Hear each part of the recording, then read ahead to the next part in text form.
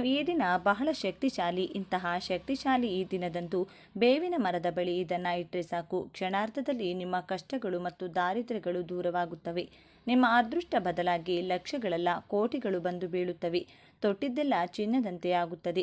ಅಷ್ಟು ಶಕ್ತಿಶಾಲಿಯಾಗಿ ಈ ಪರಿಹಾರವು ಕೆಲಸ ಮಾಡುತ್ತದೆ. ಈ ಪರಿಹಾರವನ್ನು ಕೆಲವು ನಿಯಮಗಳೊಂದಿಗೆ ಮಾಡಬೇಕಾಗುತ್ತದೆ. ಈ ಚಿಕ್ಕ ಪರಿಹಾರವನ್ನು ಮಾಡಿದರೆ 2 ನಿಮಿಷಗಳಲ್ಲಿ ನಿಮ್ಮ ದಾರಿದ್ರ್ಯವೆಲ್ಲ ಹೋಗಿ ಲಕ್ಷಗಳಲ್ಲ ಕೋಟಿಗಳು ಬಂದು ಬೀಳುತ್ತವೆ. ಇನ್ನು ನಿಮಗೆ ಕೊರತೆ ಇರುವುದಿಲ್ಲ, ಅಪ್ರತಿಮ ರಾಜಯೋಗ ಬರುತ್ತದೆ. ಹಾಗಾದರೆ ಈ ದಿನ ಬೇವಿನ ಮರದ ಬುಡದಲ್ಲಿ ಏನು ಮಾಡಬೇಕು ಎಂಬುದನ್ನು ಈಗ ನಾವು ಈ ವಿಡಿಯೋದಲ್ಲಿ ವಿವರವಾಗಿ ತಿಳಿದುಕೊಳ್ಳೋಣ. ಅದಕ್ಕೂ ಮುಂಚೆ ನೀವಿನ್ನೂ ಚಾನಲ್ಗೆ ಸಬ್ಸ್ಕ್ರೈಬ್ ಆಗಿಲ್ಲ ಅಂದರೆ ಈಗಲೇ ಸಬ್ಸ್ಕ್ರೈಬ್ ಆಗಿ, ಹಾಗೆ ವಿಡಿಯೋಗೆ ಲೈಕ್ ಮಾಡಿ, ವಿಡಿಯೋ ಸ್ಕಿಪ್ ಮಾಡದೆ ಕೊನೆ ತನಕ ನೋಡಿ.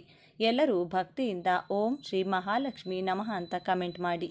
ಈ ದಿನ ಬೇವಿನ ಮರದ ಬಳಿ ನೀವು ಇದನ್ನು ಒಂದನ್ನು ಹಾಕೋದ್ರಿಂದ ನಿಮ್ಮ ಜೀವನದಲ್ಲಿರುವ ದೋಷಗಳು, ಸಮಸ್ಯೆಗಳು, ಅಷ್ಟದರಿದ್ರಗಳು ಎಲ್ಲವೂ ದೂರವಾಗಿ ಆ ಲಕ್ಷ್ಮೀ ದೇವಿಯ ಅನುಗ್ರಹದಿಂದ ಅಷ್ಟೈಶ್ವರ್ಯಗಳು ಖಂಡಿತ ಸಿದ್ಧಿಸುತ್ತವೆ. ಮನುಷ್ಯರಾದ ಮೇಲೆ ಎಲ್ಲರೂ ಒಂದೊಂದು ಸಮಸ್ಯೆಯಿಂದ ಬಳಲುತ್ತಿರುತ್ತೇವೆ. ಪ್ರತಿ ಮನೆಗೂ ಒಂದು ಸಮಸ್ಯೆ, ಪ್ರತಿ ಮನುಷ್ಯನಿಗೂ ಒಂದು ಸಮಸ್ಯೆ ಇರುತ್ತದೆ. ಕೆಲವರು ಹೊರಗೆ ಹೇಳಿಕೊಳ್ತಾರೆ, ಕೆಲವರು ಹೇಳಿಕೊಳ್ಳುವುದಿಲ್ಲ. ಏಕೆಂದರೆ ಹೇಳಿಕೊಳ್ಳಲಾಗದ ಕೆಲವು ಸಮಸ್ಯೆಗಳು ಇರುತ್ತವೆ. ಬೇವಿನ ಮರವು ಬಹಳ ಶಕ್ತಿಶಾಲಿಯಾದ ಬೇವಿನ ಮರವು ದೇವತಾ ವೃಕ್ಷವೇ ಆಗಿದೆ. ಬೇವಿನ ಮರಕ್ಕೆ ಅತೀಂದ್ರಿಯ ಶಕ್ತಿಗಳು ಕೂಡ ಹೆಚ್ಚು. ಬೇವಿನ ಮರವನ್ನು ಲಕ್ಷ್ಮೀ ದೇವಿಯ ಸ್ವರೂಪವೆಂದು ಕೂಡ ಭಾವಿಸುತ್ತಾರೆ. ಅಂದರೆ ಅಮ್ಮನವರು ಹಾಗೂ ಸೀತಾದೇವಿಯು ಕೂಡ ಈ ಮರದಲ್ಲಿ ನೆಲೆಸಿರುತ್ತಾರೆ. ಅಷ್ಟು ಶಕ್ತಿಶಾಲಿಯಾದ ಬೇವಿನ ಮರವಾದ್ದರಿಂದ ಬೇವಿನ ಮರದ ಹತ್ತಿರ ಈ ಪರಿಹಾರವನ್ನು ಮಾಡಿದರೆ ಖಂಡಿತವಾಗಿಯೂ ಕೆಲವು ನಿಮಿಷಗಳಲ್ಲಿಯೇ ನಿಮ್ಮ ಕೆಟ್ಟದ್ದನ್ನು ತೆಗೆದುಹಾಕುತ್ತದೆ. ಈ ದಿನ ಕಪ್ಪು ಬಣ್ಣದ ಬಟ್ಟೆಗಳನ್ನು ಯಾವುದೇ ಪರಿಸ್ಥಿತಿಯಲ್ಲಿಯೂ ಧರಿಸಬಾರದು.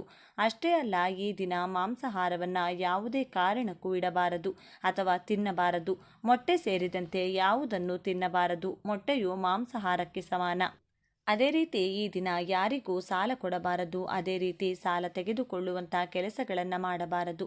ಈ ದಿನ ಎಂದು ಕೊಟ್ಟ ಸಾಲಗಳು ಅಥವಾ ಮಾಡಿದ ಸಾಲಗಳು ಎಂದಿಗೂ ತೀರುವುದಿಲ್ಲ. ಅಷ್ಟೇ ಅಲ್ಲ, ಅದೇ ರೀತಿ ಈ ದಿನ ಅಡುಗೆ ಎಣ್ಣೆ ಮತ್ತು ಒಣಮೆಣಸಿನಕಾಯಿಗಳನ್ನು ಮನೆಗೆ ತರಬಾರದು. ಈ ವಸ್ತುಗಳನ್ನು ಖರೀದಿಸಿ ಮನೆಗೆ ತಂದರೆ ಅನಗತ್ಯ ತೊಂದರೆಗಳು ಬರುತ್ತವೆ. ಅದೇ ರೀತಿ ಕಡ್ಡಾಯವಾಗಿ ಬೇವಿನ ಮರದ ಪರಿಹಾರವನ್ನು ಮಾಡಿ ನಿಮ್ಮ ಮನೆಯ ಹತ್ತಿರ ಇರುವ ಬೇವಿನ ಮರ ಅಥವಾ ಸ್ವಲ್ಪ ದೂರದಲ್ಲಿರುವ ಬೇವಿನ ಮರದ ಬಳಿಗೆ ಹೋಗಿ ಪರಿಹಾರವನ್ನು ಮಾಡಿಕೊಳ್ಳಿ. ಬೇವಿನ ಮರದ ಹಸಿರು ಅದು ನೀಡುವ ಆರೋಗ್ಯ ಮತ್ತು ತಂಪಾದ ಗಾಳಿಯನ್ನು ಯಾವುದೇ ಫ್ಯಾನ್ಗಳು, ಕೂಲರ್ಗಳು ಅಥವಾ ಎಸಿಗಳು ನಮಗೆ ನೀಡಲು ಸಾಧ್ಯವಿಲ್ಲ. ಬೇವಿನ ಮರವು ಅದ್ಭುತವಾದ ಆಮ್ಲಜನಕವನ್ನು ನೀಡುತ್ತದೆ. ಬೇವಿನ ಮರದ ಕೆಳಗೆ ಸ್ವಲ್ಪ ಸಮಯ ಕುಳಿತು ಆ ಗಾಳಿಯನ್ನು ಸೇವಿಸಿದರೆ ನಮ್ಮ 100 ರೋಗಗಳು ಕಡಿಮೆಯಾಗುತ್ತವೆ. ಇಷ್ಟು ಆರೋಗ್ಯಕರ ಗಾಳಿಯನ್ನು ಬೇವಿನ ಮರ ಒದಗಿಸುತ್ತದೆ. ಬೇವಿನ ಮರ ಇರುವಲ್ಲಿ ಒಂದು ಉತ್ತಮ ಸಕಾರಾತ್ಮಕ ಶಕ್ತಿ ಇರುತ್ತದೆ. ಬೇವಿನ ಮರ ಇರುವ ಮನೆಯಲ್ಲಿ ಜಗಳಗಳು, ಸಮಸ್ಯೆಗಳು ಕಡಿಮೆ ಇರುತ್ತವೆ. ಆರೋಗ್ಯವು ಚೆನ್ನಾಗಿತ್ತು. ಬೇವಿನ ಎಲೆಗಳು ಸಹ ಆಯುರ್ವೇದದ ಪ್ರಕಾರ ನಮಗೆ ತುಂಬ ಒಳ್ಳೆಯದು. ಒಂದು ಹಿಡಿ ಬೇವಿನ ಎಲೆಗಳನ್ನು ಈ ದಿನ ಸ್ನಾನ ಮಾಡುವ ನೀರಿನಲ್ಲಿ ಹಾಕಿ ಸ್ನಾನ ಮಾಡಿದರೆ ನಿಮಗೆ ಇರುವ ಅನಾರೋಗ್ಯ ಸಮಸ್ಯೆಗಳು, ಪಿತೃದೋಷಗಳು, ಪಾಪಗಳು, ಶನಿ ದೋಷಗಳು ಎಲ್ಲವೂ ನಿವಾರಣೆಯಾಗಿ ನೀವು ಮುಟ್ಟಿದ್ದೆಲ್ಲ ಚಿನ್ನವಾಗುತ್ತದೆ. ಬೇವಿನ ಎಲೆಗಳನ್ನು ಹಾಕೋದ್ರಿಂದ ನೀವು ಶಕ್ತಿವಂತರಾಗಿ ನಿಮ್ಮ ಆರೋಗ್ಯವು ಉತ್ತಮವಾಗಿರುತ್ತದೆ. ಹೊಸ ಉತ್ಸಾಹ, ಉಲ್ಲಾಸ ಮತ್ತು ಹೊಸ ಆಯುಷ್ಯದೊಂದಿಗೆ ಜೀವನವನ್ನು ಪ್ರಾರಂಭಿಸಲು ಸಾಧ್ಯವಾಗುತ್ತದೆ. ಅಷ್ಟು ಶಕ್ತಿಶಾಲಿ. ಇನ್ನು ಬೇವಿನ ಮರದ ಬಳಿ ನಾವು ಏನು ಮಾಡಬೇಕು ಅಂದರೆ, ಇದಕ್ಕಾಗಿ ಮೊದಲು ನೀವು ಒಂದು ಬಿಳಿ ಕಾಗದವನ್ನು ತೆಗೆದುಕೊಂಡ ನಂತರ ಆ ಕಾಗದದ ಮೇಲೆ ನಿಮ್ಮ ಸಮಸ್ಯೆಯನ್ನು ಬರೆಯಿರಿ. ಅಂದರೆ ನೀವು ಯಾವ ಸಮಸ್ಯೆಯ ಬಗ್ಗೆ ಈ ಪರಿಹಾರವನ್ನು ಮಾಡ್ತಿದ್ದೀರಿ ಆ ಸಮಸ್ಯೆಯನ್ನು ಬರೆಯಿರಿ. ಹಣಕ್ಕಾಗಿ ಮಾಡುತ್ತಿದ್ದೀರಾ ಅಥವಾ ಗಂಡ ಹೆಂಡತಿಯರ ನಡುವಿನ ಜಗಳಗಳು ಕಡಿಮೆಯಾಗಬೇಕೆಂದು ಮಾಡ್ತಿದ್ದೀರಾ, ಸಾಲಗಳು ತೀರಬೇಕೆಂದು ಮಾಡ್ತಿದ್ದೀರಾ, ಹೀಗೆ ನಿಮಗೆ ಇರುವ ಸಮಸ್ಯೆಯನ್ನು ಬರೆಯಿರಿ. ಬರೆದ ನಂತರ ಆ ಕಾಗದದ ಮೇಲೆ 1 ಚಮಚ ಕಪ್ಪು ಸಾಸಿವೆ ಹಾಕಿ. ಈ ಕಪ್ಪು ಸಾಸಿವೆ ತುಂಬ ಶಕ್ತಿಶಾಲಿಯಾಗಿರೋದ್ರಿಂದ 1 ಚಮಚ ಕಪ್ಪು ಸಾಸಿವೆ, ಹಾಗೆ 1 ಚಮಚ ಕಲ್ಲುಪ್ಪು ಹಾಕಿ. ನಂತರ ಕುಂಕುಮ ಕೆಂಪು ಬಣ್ಣದಲ್ಲಿರುವುದರಿಂದ ಈ ಅಮಾವಾಸ್ಯೆಯ ದಿನ ಕೆಟ್ಟ ದೃಷ್ಟಿಯನ್ನು ತೆಗೆದುಹಾಕಲು ಇದು ತುಂಬ ಉಪಯುಕ್ತವಾಗಿದೆ. ಇವುಗಳ ಜೊತೆಗೆ ಒಣಮೆಣಸಿನಕಾಯಿಗಳನ್ನು ಹಾಕಿ. 4 ಒಣಮೆಣಸಿನಕಾಯಿಗಳು ಸಾಕು. ಆ ಮೆಣಸಿನಕಾಯಿಗಳನ್ನು ಸಹ ಆ ಕಾಗದದಲ್ಲಿ ಹಾಕಿ. ನಮ್ಮ ಪೂರ್ವಿಕರು ಮೊದಲು ಉಪ್ಪು, ಒಣಮೆಣಸಿನಕಾಯಿಗಳಿಂದ ದೃಷ್ಟಿ ತೆಗೆಯುತ್ತಿದ್ದರು. ಮಕ್ಕಳಿಗೆ ಜ್ವರ ಇತ್ಯಾದಿ ಬಂದಾಗ ದೃಷ್ಟಿ ತೆಗೆಯುತ್ತಿದ್ದರು. ದೃಷ್ಟಿ ತೆಗೆದರೆ ಆ ಜ್ವರಗಳು ತಕ್ಷಣ ಕಡಿಮೆಯಾಗುತ್ತಿದ್ದವು. ಆದ್ದರಿಂದ ಅಷ್ಟು ಶಕ್ತಿಶಾಲಿ ಕೆಂಪು ಮೆಣಸಿನಕಾಯಿಗಳು. ಇವು ಕೂಡ ಕೆಂಪು ಬಣ್ಣದಲ್ಲಿರುತ್ತವೆ. ಕೆಟ್ಟದ್ದನ್ನು ಚೆನ್ನಾಗಿ ತೆಗೆದುಹಾಕುತ್ತವೆ. ಹೀಗೆ ಈ ಕಾಗದದ ಮೇಲೆ ಸಮಸ್ಯೆಯನ್ನು ಬರೆದು 1 ಚಮಚ ಸಾಸಿವೆ, 1 ಚಮಚ ಕಲ್ಲುಪ್ಪು, ಚಿಟಿಕೆ ಕುಂಕುಮ, 4 ಒಣಮೆಣಸಿನಕಾಯಿಗಳು ಇವೆಲ್ಲವನ್ನು ಆ ಕಾಗದದಲ್ಲಿ ಹಾಕಿ ಆ ಕಾಗದದ ಮೇಲೆ ನಿಮ್ಮ ಸಮಸ್ಯೆಯನ್ನು ಕೆಂಪು ಬಣ್ಣದ ಸ್ಕೆಚ್ ಪೆನ್ನಿಂದ ಬರೆಯಬೇಕು. ನೆನಪಿಡಿ, ಕೆಂಪು ಬಣ್ಣದ ಸ್ಕೆಚ್ ಪೆನ್ನಿಂದ ನಿಮ್ಮ ಸಮಸ್ಯೆಯನ್ನು ಬರೆದು ಒಟ್ಟು 5 ವಸ್ತುಗಳನ್ನು ಹಾಕಿ. ಅಂದರೆ ಕಪ್ಪು ಸಾಸಿವೆ, ಕಲ್ಲುಪ್ಪು, ಚಿಟಿಕೆ ಕುಂಕುಮ, 4 ಒಣಮೆಣಸಿನಕಾಯಿಗಳು ಈ 5 ವಸ್ತುಗಳನ್ನು ಆ ಕಾಗದದಲ್ಲಿ ಹಾಕಿದ ನಂತರ ಚಿಕ್ಕ ಮೂಟೆ ಕಟ್ಟಿ ಆ ನಂತರ ಈ ಚಿಕ್ಕ ಮೂಟೆಯನ್ನು ತೆಗೆದುಕೊಂಡು ನೀವು ಬೇವಿನ ಮರದ ಬಳಿಗೆ ಹೋಗಬೇಕು. ನೀವು ಸಂಧ್ಯಾ ಸಮಯದಲ್ಲಿ ಅಂದರೆ ಸುಮಾರು 4 ಗಂಟೆಯಿಂದ 6 ಗಂಟೆಯ ನಡುವೆ ಹೋಗಬೇಕು. ನೀವು ಬೇವಿನ ಮರದ ಹತ್ತಿರ ಹೋಗಿ ಆ ಚಿಕ್ಕ ಮೂಟೆಯನ್ನು ಕೈಯಲ್ಲಿ ಹಿಡಿದುಕೊಂಡು ನಿಮ್ಮ ಸಂಕಲ್ಪವನ್ನು ಹೇಳಿಕೊಳ್ಬೇಕು. ನಿಮಗಿರುವಂಥ ಕೆಟ್ಟದ್ದು ಹೋಗಬೇಕು, ಬಾಧೆಗಳು ದೂರವಾಗಬೇಕೆಂದು ಹೇಳಿ ಬೇವಿನ ಮರವು ಅಮ್ಮನವರ ಸ್ವರೂಪವಾಗಿರುವುದರಿಂದ ಆ ತಾಯಿಗೆ ಹೇಳಿಕೊಂಡು ಮರದ ಸುತ್ತಲೂ ಬಲದಿಂದ ಎಡಕ್ಕೆ 3 ಬಾರಿ, ಎಡದಿಂದ ಬಲಕ್ಕೆ 3 ಬಾರಿ ಆ ಚಿಕ್ಕ ಮೂಟೆಯನ್ನು ನಿಮ್ಮ ತಲೆಯ ಸುತ್ತ ತಿರುಗಿಸಿಕೊಂಡು ಆ ಬೇವಿನ ಮರದ ಹತ್ತಿರ ಆ ಚಿಕ್ಕ ಮೂಟೆಯನ್ನು ಹಾಕಿ ಹಿಂದಿರುಗಿ ನೋಡದೆ ನೀವು ಮನೆಗೆ ಹೋಗಬೇಕು. ಸಂಜೆ 4 ಗಂಟೆ ಸಮಯದಿಂದ 6 ಗಂಟೆಯ ಸಮಯದವರೆಗೆ ಈ ಪರಿಹಾರವನ್ನು ಮಾಡಿಕೊಳ್ಳಿ. ನಿಮಗೆ ಉತ್ತಮ ಫಲಗಳು ದೊರೆಯುತ್ತವೆ. ಈ ದಿನ ಸಂಜೆ 4 ಗಂಟೆಗೆ ಈ ಪರಿಹಾರವನ್ನು ಮಾಡಿ ಮನೆಯಲ್ಲಿರುವ ಬೇವಿನ ಮರದ ಬಳಿ ಈ ಪರಿಹಾರವನ್ನು ಮಾಡಬಾರ್ದು. ಹೊರಗಿರುವ ಮರದ ಬಳಿ ಮಾತ್ರ ಪರಿಹಾರವನ್ನು ಮಾಡಬೇಕು. ಅದೇ ರೀತಿ ದೇವಸ್ಥಾನದ ಒಳಗಿರುವ ಮರದ ಬಳಿಯೂ ಈ ಪರಿಹಾರವನ್ನು ಮಾಡಬಾರ್ದು. ದೇವಸ್ಥಾನದ ಹೊರಗೆ ಇರಬೇಕು, ರಸ್ತೆಯ ಬದಿಯಲ್ಲಿರಬೇಕು, ಮನೆಯ ಹೊರಗೆ ಇರಬೇಕು. ಆ ಮರದ ಬಳಿ ಈ ಪರಿಹಾರವನ್ನು ಮಾಡಬೇಕು. ಆ ಚಿಕ್ಕ ಮೂಟೆಯನ್ನು ಮರದ ಬಳಿ ಹಾಕುವ ಮೊದಲು ಬೇವಿನ ಮರವನ್ನು ಸ್ಪರ್ಶಿಸಿ ನಮಸ್ಕರಿಸಿ.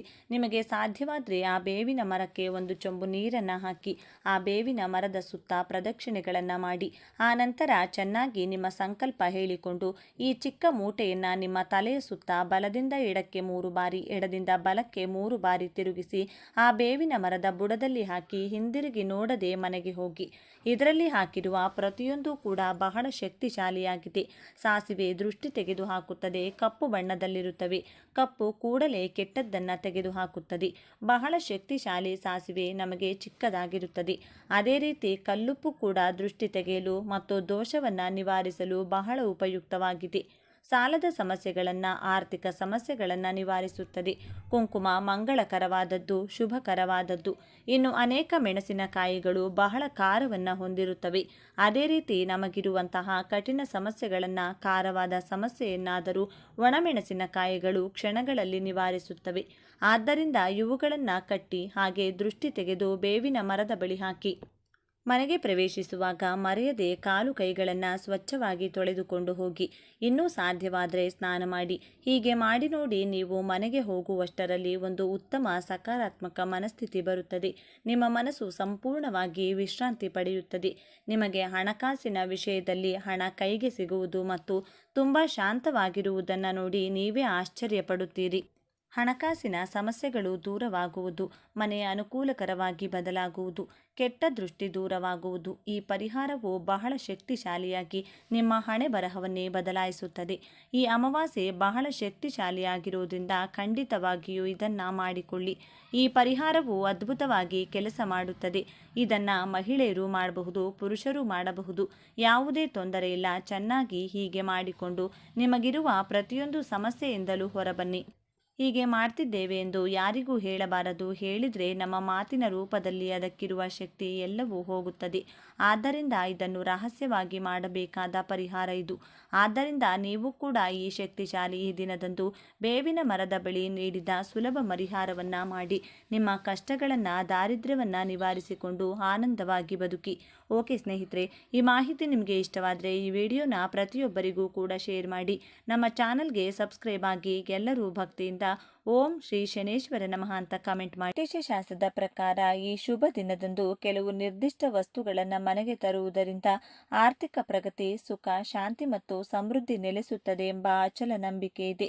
ಹಾಗಾದರೆ ಈ ದಿನ ನಿಮ್ಮ ಅದೃಷ್ಟ ಬದಲಿಸಲು ಮನೆಗೆ ತರಬೇಕಾದ ಆ 5 ಅದೃಷ್ಟದ ವಸ್ತುಗಳು ಯಾವುವು? ಕಂಪ್ಲೀಟ್ ಡೀಟೇಲ್ಸ್ ನೋಡೋಣ ಬನ್ನಿ. ಇನ್ನು ದಾಸವಾಳ ಹೂವಿನ ಗಿಡದಿಂದ ಈ ಒಂದು ಚಿಕ್ಕ ಪರಿಹಾರ ಮಾಡಿದರೆ ಒಂದೇ 1 ವರ್ಷದೊಳಗೆ ಚಿನ್ನದ ಒಡವೆಯನ್ನು ಕೊಂಡುಕೊಳ್ಳುತ್ತೀರಾ. ಈ ಮಾತು ಪಂಡಿತರು ಹಾಗೂ ನಮ್ಮ ಶಾಸ್ತ್ರಗಳು ಹೇಳ್ತಾ ಇದೆ.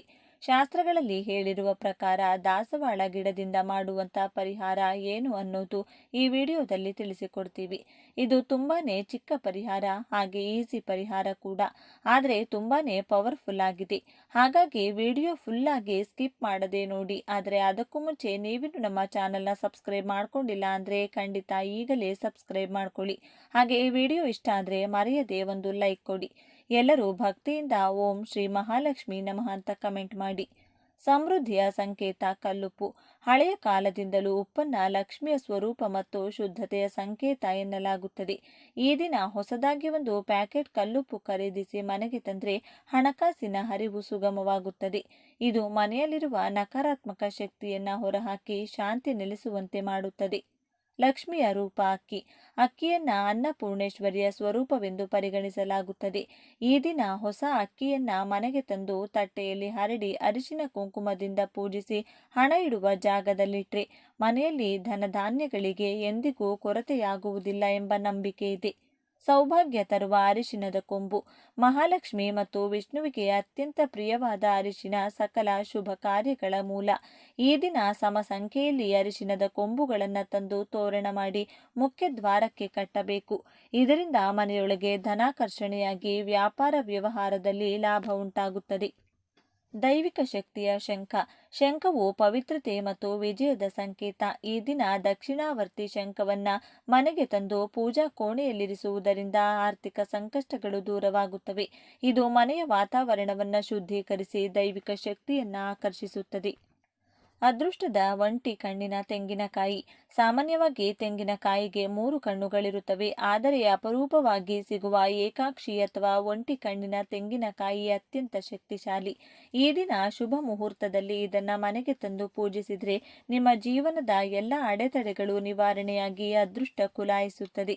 ಇನ್ನು ನಾವು ಹಿತ್ತಲಲ್ಲಿ ಅಥವಾ ಮನೆ ಮುಂದೆ ದಾಸವಾಳ ಗಿಡವನ್ನು ಬೆಳೆಸಿದರೆ ಆ ಹೂವುಗಳು ಎಷ್ಟು ಸೊಗಸಾಗಿ ಬೆಳೆಯುತ್ತದೆಯೋ ಅಷ್ಟು ಸಮೃದ್ಧಿಯಾಗಿ ನಮ್ಮ ಜೀವನ ಕೂಡ ಇರುತ್ತದೆ ಎಂದು ನಮ್ಮ ಶಾಸ್ತ್ರಗಳು ಹೇಳುತ್ತಿದೆ. ದಾಸವಾಳ ದೇವತಾ ವೃಕ್ಷ. 5 ಕಲ್ಪವೃಕ್ಷಗಳಲ್ಲಿ ದಾಸವಾಳ ಗಿಡ ಕೂಡ ಒಂದು. ಮೊದಲನೆಯದು ಪಾರಿಜಾತ, 2 ಕಲ್ಪವೃಕ್ಷ, 3 ಹರಿಚಂದನ, 4 ಸಂತಾನ ವೃಕ್ಷ, 5ನೇದು ಮಂದಾರ ಗಿಡ. ಮಂದಾರ ಗಿಡ ಅಂದರೆ ದಾಸವಾಳ ಗಿಡ. ಈ 5 ಗಿಡಗಳನ್ನ ಪಂಚಕಲ್ಪ ವೃಕ್ಷಗಳು ಅಂತ ಕರೆಯುತ್ತಾರೆ. ಎಲ್ಲ ಕಾಲಗಳಲ್ಲೂ ಹೂ ಬಿಡುವಂತಹ ದಾಸವಾಳ ಗಿಡವನ್ನ ಮನೆಯಲ್ಲಿ ಬೆಳೆಸಿಕೊಂಡ್ರೆ ಆ ಮನೆಯಲ್ಲಿ ಎಂದೂ ಕೂಡ ಹಣಕ್ಕೆ ಕೊರತೆ ಬರುವುದಿಲ್ಲವಂತೆ.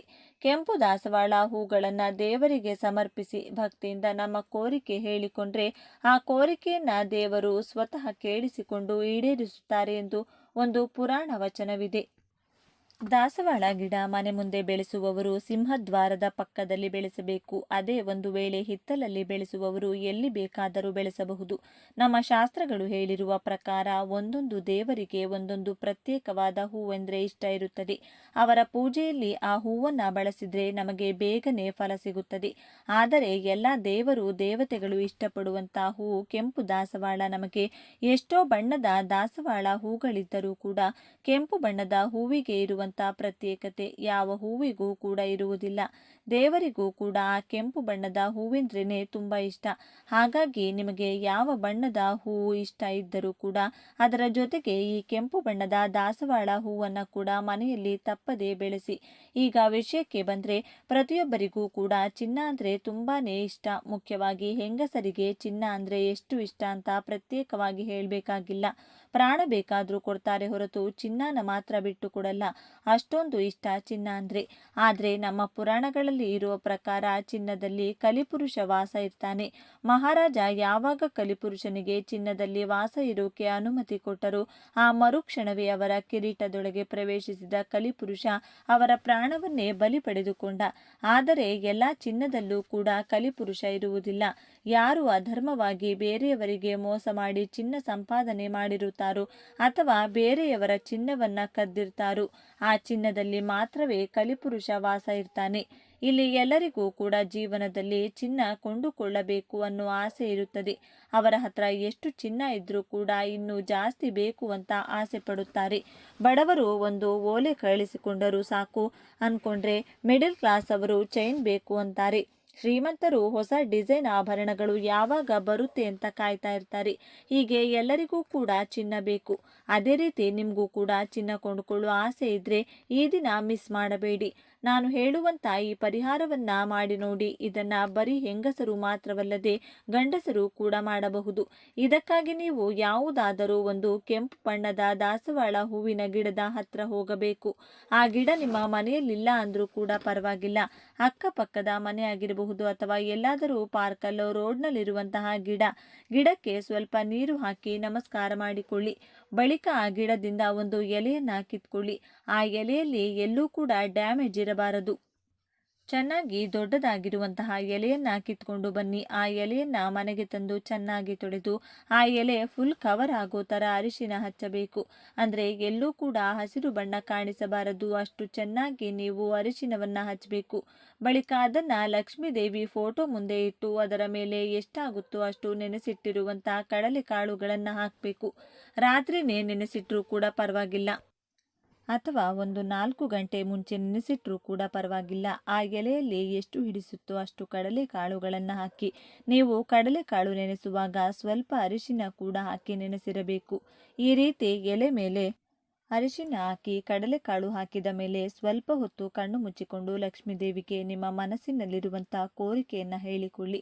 ನಿಮಗೆ ಒಡವೆ ಬೇಕು ಅಂದರೆ ಅದನ್ನೇ ಹೇಳಿ. ಹಣ, ಆರೋಗ್ಯ, ಸಿರಿ ಸಂಪತ್ತು, ಐಶ್ವರ್ಯ, ಸಂತೋಷ, ಹೀಗೆ ಏನು ಬೇಕೋ ಅದನ್ನು ಕೇಳಿ. ಆದರೆ ಒಂದೇ ಒಂದು ಕೋರಿಕೆ ಮಾತ್ರನೇ ನೀವು ಕೇಳಬೇಕು.